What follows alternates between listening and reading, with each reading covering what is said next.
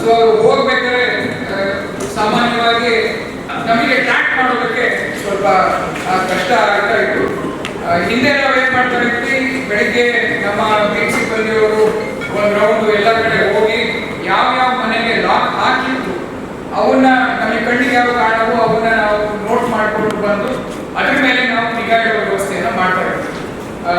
ಆದ್ರೆ ಇವಾಗ ನಾವು ಈ ವಾಟ್ಸ್ಆಪ್ ಮುಖಾಂತರ ಯಾರ್ಯಾರು ನಿವಾಸಿಗಳಿಂದಲೇ ನಾವು ಇನ್ಫಾರ್ಮೇಶನ್ ಅನ್ನ ತಗೊಂಡು along with photo, along with location and ಎಷ್ಟು ದಿನ ಅವರು ಇರೋದಿಲ್ಲ ಮನೆಯಲ್ಲಿ, ಈ ಇನ್ಫಾರ್ಮೇಶನ್ ಅನ್ನ ಅವರು ಊರಿಗೆ ಹೋಗಿನ ಮುಂಚೆ, ಊರನ್ನ ಬಿಡೋಕಿನ ಮುಂಚೆ ನಮಗೆ ನೀಡಿದ್ರೆ ಅದನ್ನ ನಾವು ನಮ್ಮ ಕಂಟ್ರೋಲ್ ರೂಮ್ ಮುಖಾಂತರ ವಾಪಸ್ ಬರೋ ತನಕ ಮಾನಿಟರ್ ಮಾಡೋದಕ್ಕೆ ಒಂದು ಲಾಕ್ ಹೌಸ್ ಬೀಟ್ ಸಿಸ್ಟಮ್ ಅಂತ ಹೊಸ ಪ್ರಯೋಗ ಮಾಡಿದ್ದೀವಿ.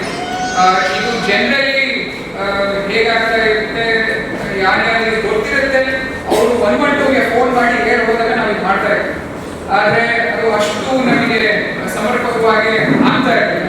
ಅದಕ್ಕೋಸ್ಕರನೇ ವಾಟ್ಸ್ಆಪ್ ಎಲ್ಲರ ಹತ್ರ ಇರೋದ್ರಿಂದ ನಮಗೆ ಎಕ್ಸಾಕ್ಟ್ ಲೊಕೇಶನ್ ಗೊತ್ತಾಗುತ್ತೆ, ಅವ್ರ ನಂಬರು ಸಿಗುತ್ತೆ, ಆ್ಯಂಡ್ ಅವ್ರು ಹೋಗಿ ಬರ್ಬೇಕಾದ್ರೆ ಯಾವ ದಿನಾಂಕದಿಂದ ಯಾವ ದಿನಾಂಕ ಎಕ್ಸಾಕ್ಟ್ ಆಗಿ ನಮಗೆ ಹೇಳಿ ಹೋಗೋದು ಒಂದು ಈ ಪದ್ಧತಿಯನ್ನು ಶುರು ಮಾಡೋಣ ಅಂತ ನಾವು ಹೊಸದಾಗಿ ಈ ಲಾಕ್ ಹೌಸ್ ಬೀಟ್ ಸಿಸ್ಟಮ್ ಅಂತ ಶುರು ಮಾಡ್ತಾ ಇದ್ದೀವಿ. ಇದನ್ನ ಇವತ್ತಿಂದಲೇ ಪ್ರತಿ ಒಂದು ಸ್ಟೇಷನ್ ಅನ್ನು ಜಾರಿ ಮಾಡಿದ್ದೀವಿ.